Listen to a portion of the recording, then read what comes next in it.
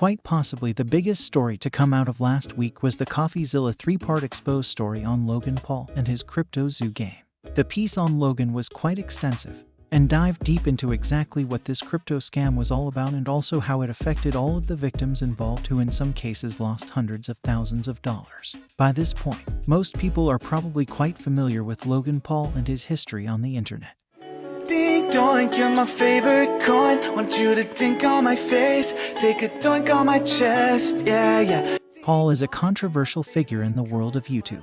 He rose to fame in mid-2010 as a member of the social media collective known as the Vine Hype House, and has since gained a large following on YouTube and other platforms. However, Paul has faced criticism and backlash for a number of controversial actions and statements, including posting a video that showed a suicide victim in Japan and making inflammatory comments about suicide and mental health. Paul first gained widespread attention on the short-form video platform Vine, where he gained millions of followers for his comedic skits and pranks. In 2015, he co-founded a hype house in Los Angeles, which consisted of a collective of social media influencers and content creators, later to be known as the Maverick House on YouTube.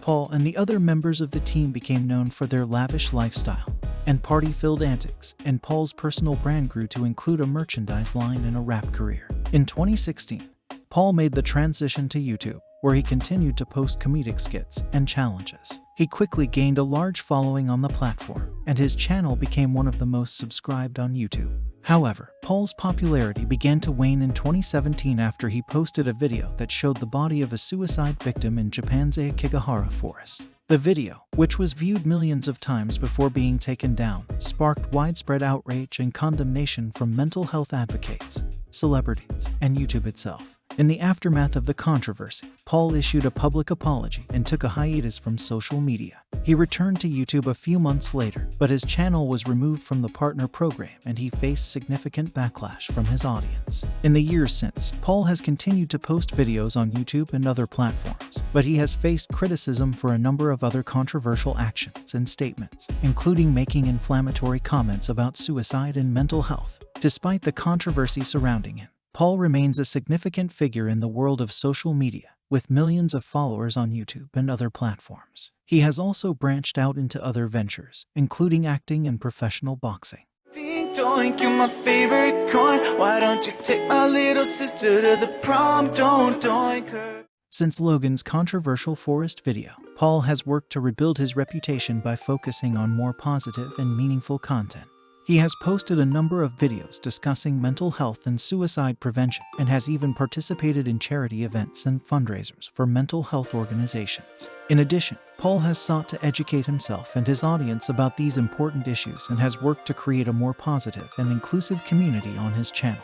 Paul has also made efforts to branch out into new ventures, such as acting and professional boxing, with many believing that his turning point was the fights he had with KSI. He has also been more mindful of his words and actions and has worked to be a more positive influence on his audience, and has spoken out a lot in support of social causes such as Black Lives Matter and gay rights. A large contributing factor in rebuilding his reputation was also his podcast Impulsive, where he got the opportunity to be in a much more relaxed environment. This allowed Logan to be himself more, and without the pressures of uploading every day, we got to see a completely new side of him that over time brought in a more mature audience that gave way to a more mature Logan Paul. Unfortunately, money corrupts. Ding doink, you're my favorite coin. You're my favorite coin. You're my favorite coin. It has oftentimes been said that making lots of money is not enough. People need to make all of the money. And that is the only reason why multimillionaires who already have so many opportunities to make millions would get involved in crypto rug pulls. For Logan Paul, Crypto Zoo is not the first time he got involved in such a venture. In 2021, YouTuber Logan Paul faced backlash for his involvement in a cryptocurrency venture called Dink Doink.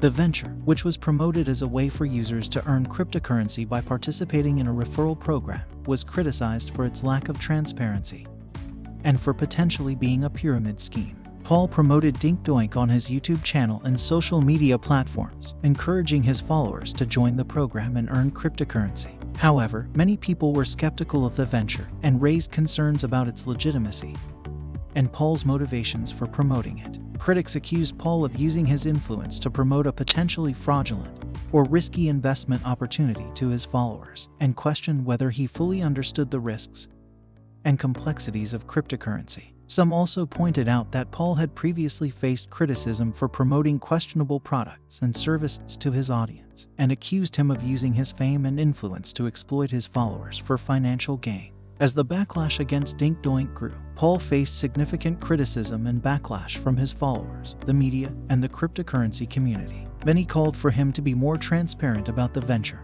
and to take responsibility for any potential harm to his followers. This brings us to the present day, where Paul is now once again at the center of a controversy involving another crypto scam. The CryptoZoo situation is a complicated one, and I would recommend you to CoffeeZilla's 3-part series on it, but most people probably by this point know what it is all about.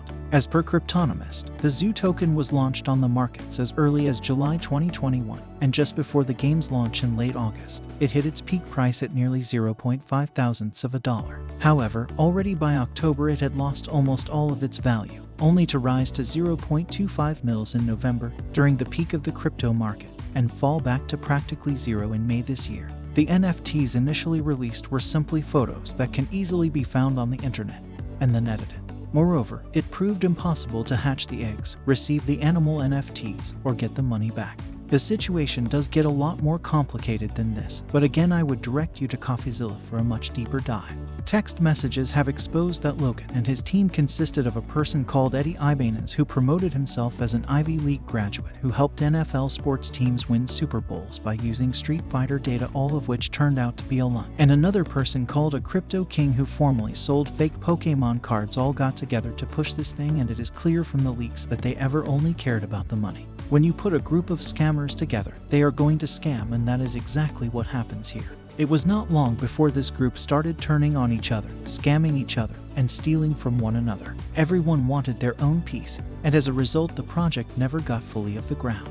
As soon as criticism and accusations were raised, the system went haywire. Logan Paul said nothing about this. Only later did Logan Paul break his silence, blaming the main developer of the project, who allegedly took the code to Switzerland and refused to return it unless he received $1 million payment. Logan Paul then stated that he got involved with the wrong people who made mistakes and missteps, and that there was a new team working on the project. The developer, however, later stated that Logan Paul had hired a team to create the game, but then failed to pay them and then lost the code due to a failed negotiation. The project to date appears to be dead, so much so that Logan Paul himself has started another one. Ding dong, you're my favorite coin. My girlfriend says thank you for all the new girlfriends, yeah. With all of this, Logan Paul did decide to make a response. On Twitter he said, "While I generally appreciate Steven's creative genius and exceptional work ethic, this one is simply not true. When appropriate, all bad actors will be exposed, explained, and held fully accountable. I'll speak further on Impulsive January 3rd. To this, CoffeeZilla responded by saying, "I can't reply to Logan Paul directly, but it's pretty wild to refuse to talk to me for months, refuse to address investors for a year and a half, and then when caught Logan says he's going to expose bad actors." October 24th, I approached Logan via Jeff, his manager, in good faith to get their side of the story. They had 2 months to respond and chose not to. A year before that, I also called Jeff about accusations of Logan not paying developers. Again, they chose not to comment. Choosing now to respond is not appropriate like Logan claims. It's just old-fashioned damage control. Just sad to see Logan once again focus only on his own reputation instead of the victims who are out millions of dollars because of him. With that, this whole thing is still playing out, and this is probably not the end of this whole situation. Logan said that he would respond to everything more on his podcast, so until then we will just have to wait.